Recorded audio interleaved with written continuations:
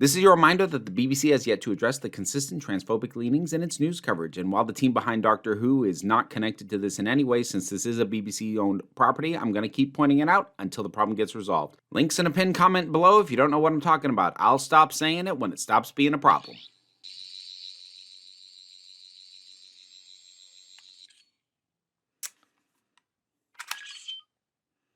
Sometimes what we want from something and what is best for that thing don't line up.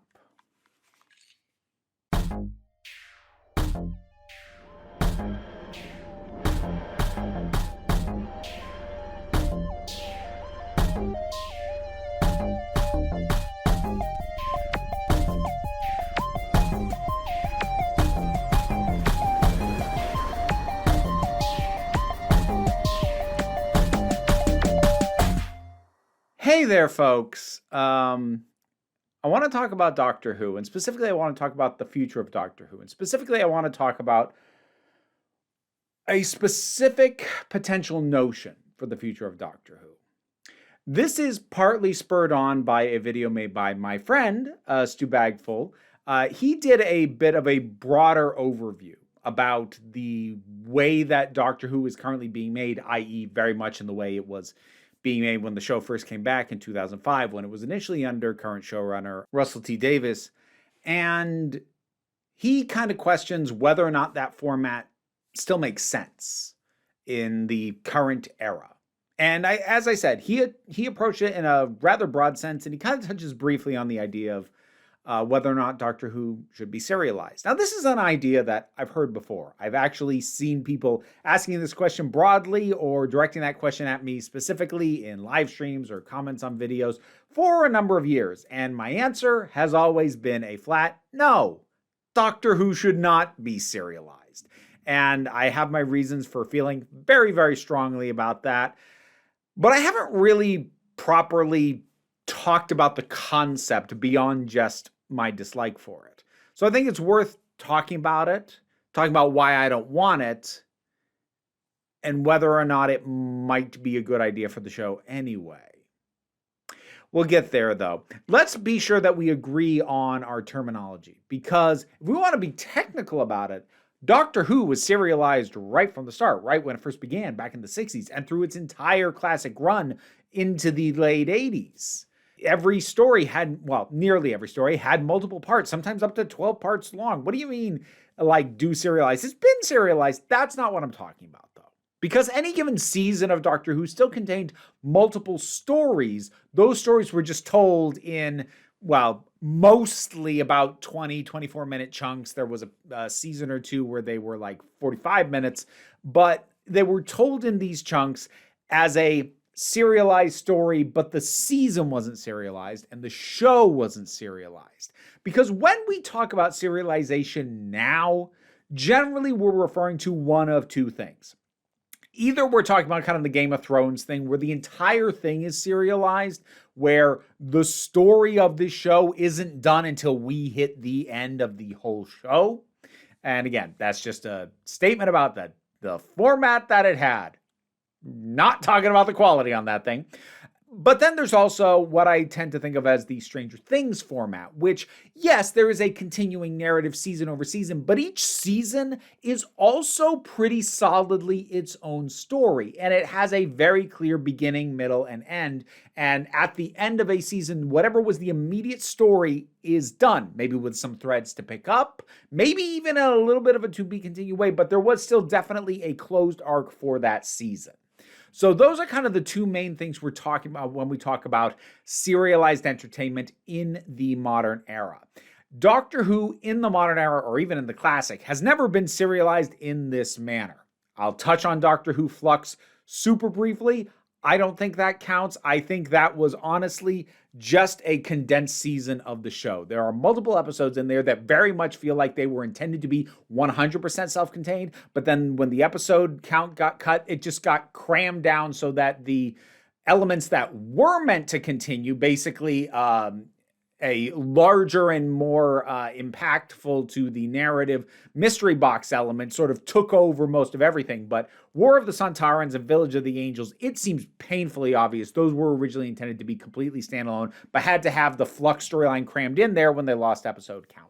I also wouldn't really count the classic Doctor Who season Trial of a Time Lord. That has a framing device, certainly, and the framing device lasts the whole season, that being the titular Trial of the Time Lord. But the thing is, each actual story that happens within it is still completely self-contained. We have this format where the Sixth Doctor is on trial for his behavior, and then it's like, well, let's see an instance of that behavior. And then we have basically a completely standard, standalone, self-contained Doctor Who story. The main thing about serialization, whether we're talking show long or season long style, the thing about serialization is that it means that it is incredibly rare, if it happens at all, that an episode basically functions as a self-contained piece. You wouldn't take a random episode out of something like Stranger Things, Game of Thrones, Breaking Bad, and go, you can just watch this on its own. Individual episodes may be good or may be bad, but they don't function by themselves. Doctor Who episodes are episodic, and they do. While they are built on a certain amount of advanced knowledge of understanding who the characters are and a couple of basics like how the TARDIS works, you don't need to have known what happened in the episode immediately prior in order to understand what's going on in the episode we're getting now most of the time. So episodic shows, obviously Doctor Who it's had two-parters and it has had season arc elements, but again, I'll kind of touch on that because that also hasn't been serialization, not really. But Doctor Who, as we've had it in the modern era, most of Star Trek has been episodic. Some have been a little bit more serialized, but even some of the more recent stuff like Strange New Worlds is episodic. But by and large, more and more television is moving towards serialization, partially because it benefits from the binge model. Now, not everything that is serialized is released in a binge format, meaning the whole season released at once and you just burn through it at your own pace, usually pretty quickly. You can still have serialized things where an episode comes out week to week, but we are in an era where it is more common to either release something all at once or for people to wait for the whole thing to come out and then watch it in one go. And serialization does benefit from that. Episodic shows, not so much. If you release an episodic show as like a block of a season, here's the whole thing, it's going to feel real formulaic real quick, because episodic shows are usually kind of built around the idea of you're going to have a week before you come back and do this again, because that helps with sort of the honestly repetitive nature of episodic shows. And I don't mean that as a negative. Having a formula can be a good thing. For one thing, it gives you something to break from and to really throw people for a curveball, but also there's nothing wrong with having a formula. But that's what we've had for Doctor Who so far. And I think season 1, the most recent season we had, they have stuck with what had been the standard for the revived era of Doctor Who, which is episodic pieces, occasionally two-parters, with a series arc in the background. Now, Doctor Who has always been very fond, especially Davis, have been very fond of the mystery box style arc, where basically there's something that happens or gets said or gets referenced early on and then across the season, and we don't know what the heck it means until we get to the end. I've talked elsewhere about why I don't like this as a season arc format, but it is the standard for Doctor Who, and we had it again in season 1. I think it took a lot of people being disappointed with the payoff for the finale of that maybe some people are waking up to my way of thinking that the mystery box format is actually kind of tired and doesn't work great. I don't know, maybe not. Maybe they're just mad about how that specific one ended. But anyways, we're not here to talk about the mystery box format, other than to say that might be what serialization would look like for Doctor Who, is to have the mystery box stop being a background element, start being a foreground element, and the main thing that actually connects episodes one after another across a season if it were to go more serialized. But before we talk a little bit more about what it might look like, let me talk about why I don't want it and never have and still don't. First of all, I think episodic TV is something that is currently underappreciated. I like episodic television by and large. I don't necessarily prefer it to serialization, but there is a comfort to knowing that if I come in and I see a bad episode or even a bad finale, it is incredibly unlikely to taint anything that came before it, because I've got all these self-contained stories that are wonderful. Well, we had a bad episode. Oh, that's fine. Like, there's a reason we kind of don't really talk about the ending of Game of Thrones anymore, because it was so bad, it's hard to go back to even the good seasons of that show, because oh, well, it's all building and leading towards that freaking ending that didn't work at all. But episodic shows don't have that. Even when you have a bad conclusion to the mystery box or the background element or whatever, there's still fantastic episodes in that season. More than a few. Some of my favorite in recent years, to be honest. So I take comfort in the episodic format just in general, because I feel like, okay, a bad episode is less of an omen. When something is serialized and we're watching a story continuously, we hit a bad episode, I then really start to worry about, is this the point where the whole thing derails? Does the problems that just happened, are those going to carry over because we're continuing the same story? And it gets harder to be excited or to even be optimistic to continue a serialized story when you've had a bad episode. So that's not really my big thing, though, because it's not just a general enjoyment of episodic formats, though I do have that to a certain extent. To me, it's much more about Doctor Who specifically. And it is about very much something that is core to my love of Doctor Who. Doctor Who, to me, what makes it special more than anything else, more than any other element you could name, it is the limitlessness of the possibilities. This is a show that can take place literally anywhere, anywhen, and do nearly anything.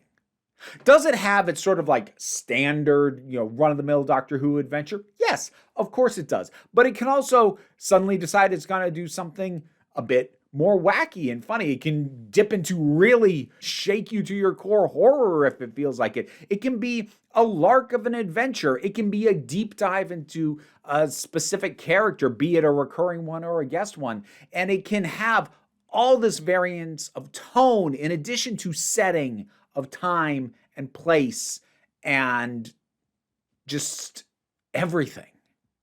It has so few limits on what it can do. And that speaks to my inner child. And I mean that very literally. When I sit down to watch an episode of Doctor Who, the 7-year-old in me gets excited, because it's like, I'm going to date myself with this. It's like in Calvin and Hobbes, how Calvin would just keep writing a different nonsense name on the side of this cardboard box, and suddenly it was a different thing.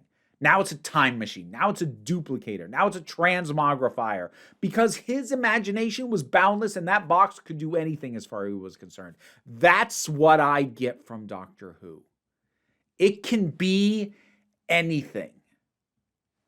And episodic is kind of necessary to that. Because when you do a continuous story over a season, because I don't think serialized over multiple seasons is a good idea for Doctor Who at all. But again, I'll come back to that. If you do a continuous story over a season where maybe a couple divergences here and there, but it's primarily telling just one story, you've immediately given me way fewer options. Yes, that story could still be theoretically anything, but it's not going to change episode to episode. It's still going to be telling that same core story.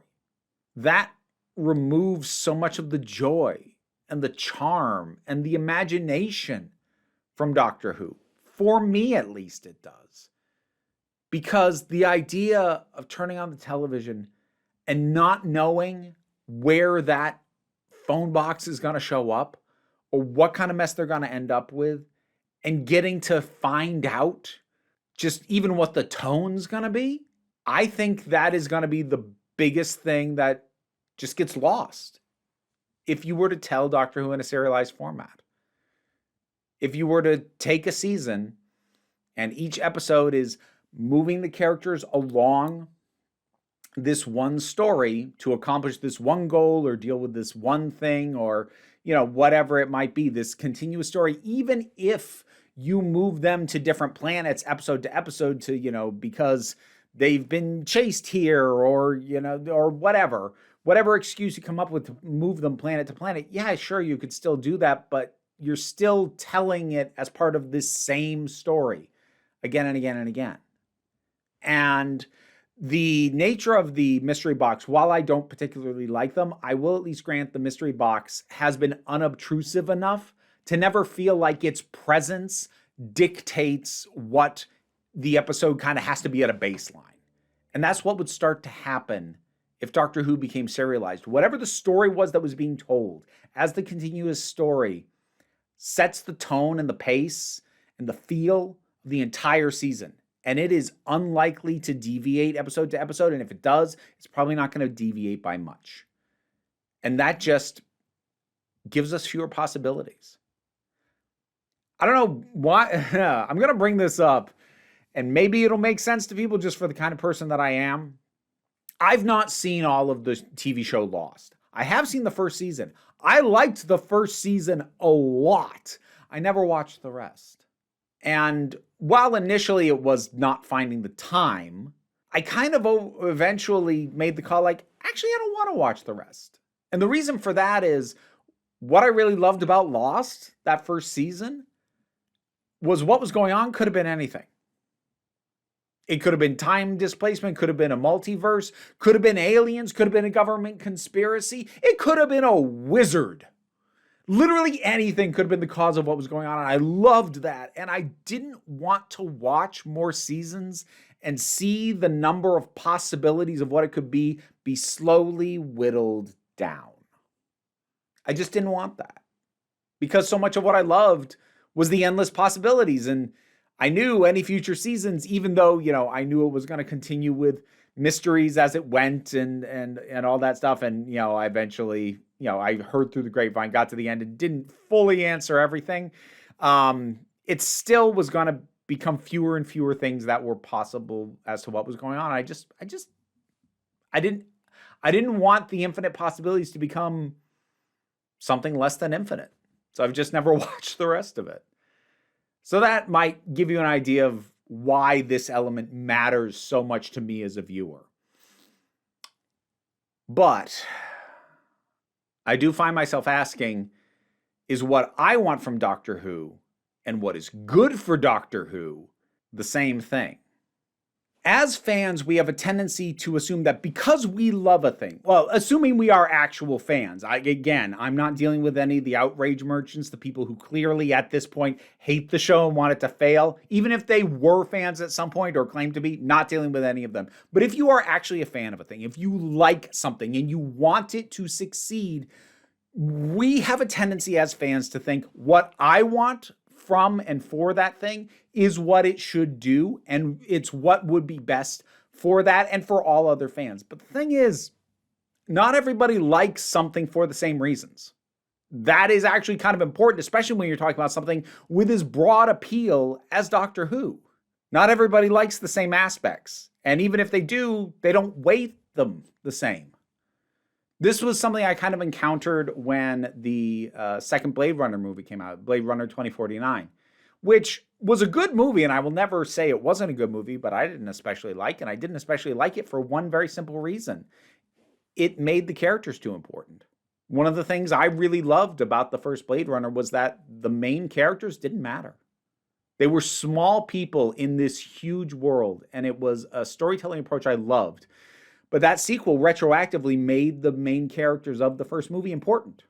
And that just sat badly with me. And I explain this to people who do like Blade Runner 2049, and usually they get what I'm talking about, and they just go, oh, I mean, you're not wrong, but that didn't bother me. And that's the thing. Something that is core to my enjoyment of a thing isn't going to be core to everybody else's. And we shouldn't presume, as easy as it is to do, that what would make us happy is what would make everyone else happy, or is what is a good idea for the thing we love just in general.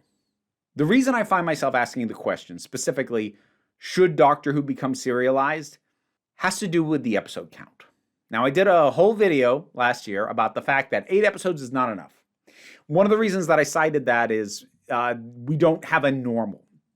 At only 8 episodes, everything was either moving the main plot forward or like a wild swing, which like I like when Doctor Who takes wild swings, but one of the things about having what was originally a 13 episode format and then later a 12 and then later a 10, at least with 10 episodes, you're going to have one or two that are going to be, oh, this is a standard adventure. So we know what the baseline is. We know what Doctor Who's normal is.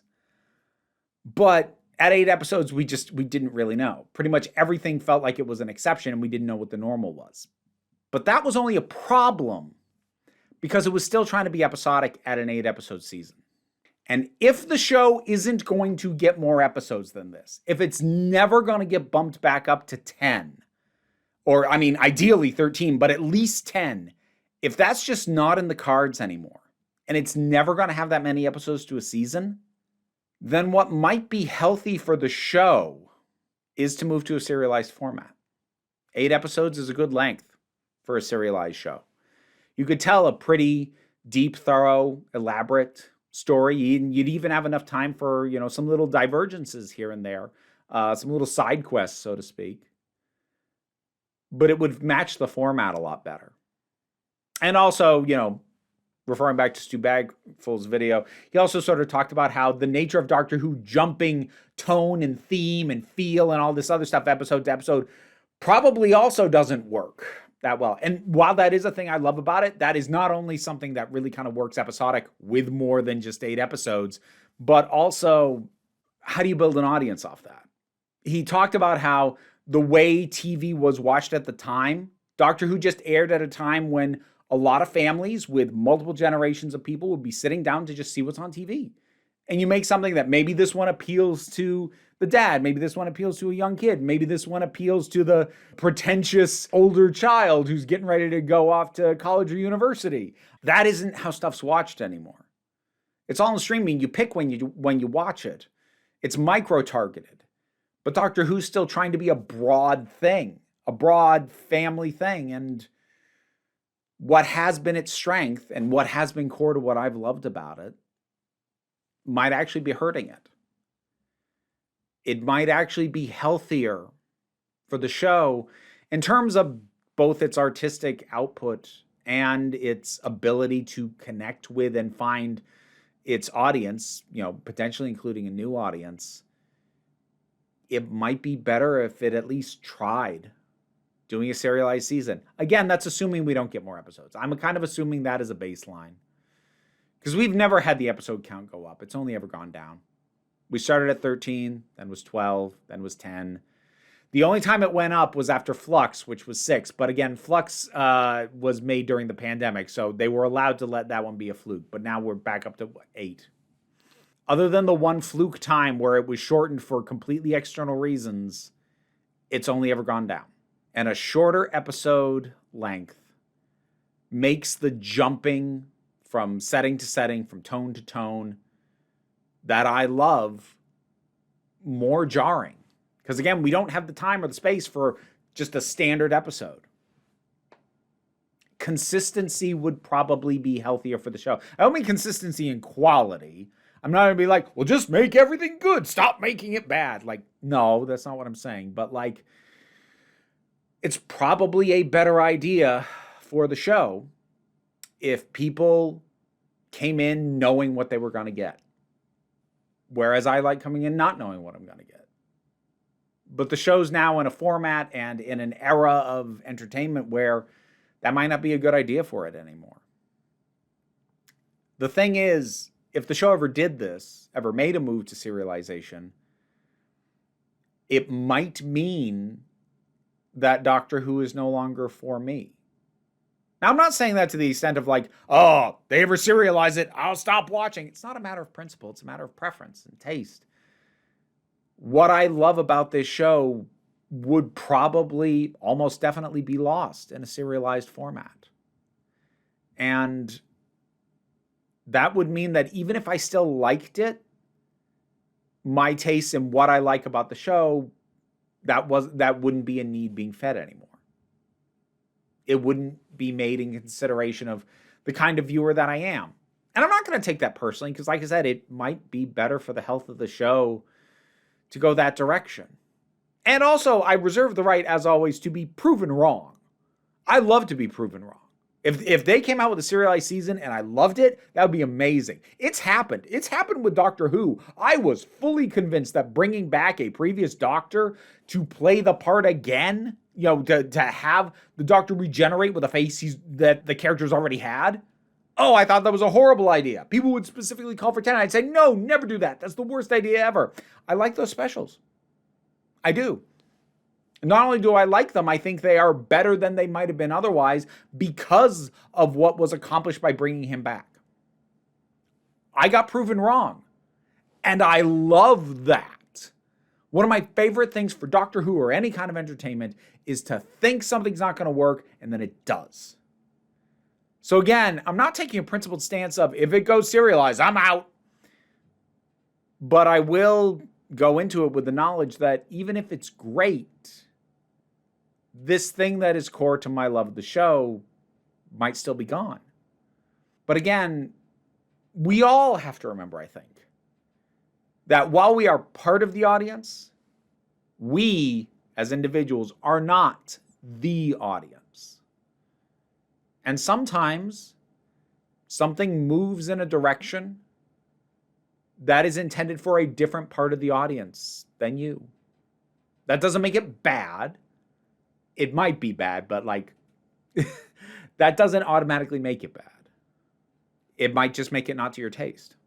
While I don't watch most Star Wars stuff anymore, because most of it is not to my taste, I do think that some of the approach Star Wars is taking is really smart for them. Because you've got stuff like the Skeleton Crew with some younger characters aimed at a younger audience. You have The Mandalorian, which is pure nostalgia bait. Then you've got Andor, which I do watch and I love. And you've got different series for Star Wars servicing different parts of the fandom because the fandom is not homogenous. It's never been homogenous, but it's way more evident that it's not now. When we live in an era of micro-targeting and niche audiences, trying to make something for everybody doesn't really work anymore. And that's what Doctor Who has pretty much always been, but especially in the modern era, and especially during RTD's first run, that's what it was meant to be. It was the show for everybody. Show for everybody isn't really a thing anymore. And I'm not saying I wouldn't like to see that come back, but the fundamental nature of how we watch things has changed too much, I think, to support that. At least with something as niche as Doctor Who, because while it is, a big name and internationally recognized brand, it's still on the lesser known more niche and geeky end of things if you're going to compare it to Star Trek or Star Wars or Marvel or DC or any of the other really big mammoth franchises. Comparatively, Doctor Who is an also-ran. It has a smaller audience, a more devoted audience oftentimes, but also that audience is experiencing the same fracturing and splintering and wanting to be catered to specifically, but having incompatible tastes that all big fandoms are dealing with. And again, have always dealt with, but it's way more evident now. Just because the way entertainment is distributed has accommodated the idea of finding the thing that is for you specifically. And something that tries to be for everybody, I'm not sure it works now. And I think Doctor Who as a show and in terms of its future going forward, it would probably be healthier for it to move to a season-long serialized format. I don't know if it will. This isn't actually a prediction video, but this is me kind of coming to terms with the idea that what Doctor Who does in the future, whether it's this or something else, might take a turn that just means it's not for me anymore. And again, I don't plan to immediately bail on that because I've had things happen that made me go, that's not for me. And then I tried and I'm like, oh, okay, actually. But it would still be sad to lose that world of infinite possibilities in favor of, a season-long adventure. Nothing wrong with season-long adventures. I like those. But that's not what I come to Doctor Who for. It's not what I want from Doctor Who. But it might help the show connect more. So if the show ever decides to do it, while I won't necessarily be happy about it, I will get it. What are your thoughts on any of this? Whatever they might be, whether you agree with my view, my assessment, or anything else, or even if you disagree, just as long as you're polite about it, drop something down in the comments. Let's talk about it. Patreon pays the bills, enables me to do this as my living. Even if you can't help me out that way, like, share, subscribe also help, but don't worry too much about it. What I really want you to remember is that you are beautiful, you are valid, and you are loved. You are the council, and I'm just running the meetings. And until next time, this council is adjourned.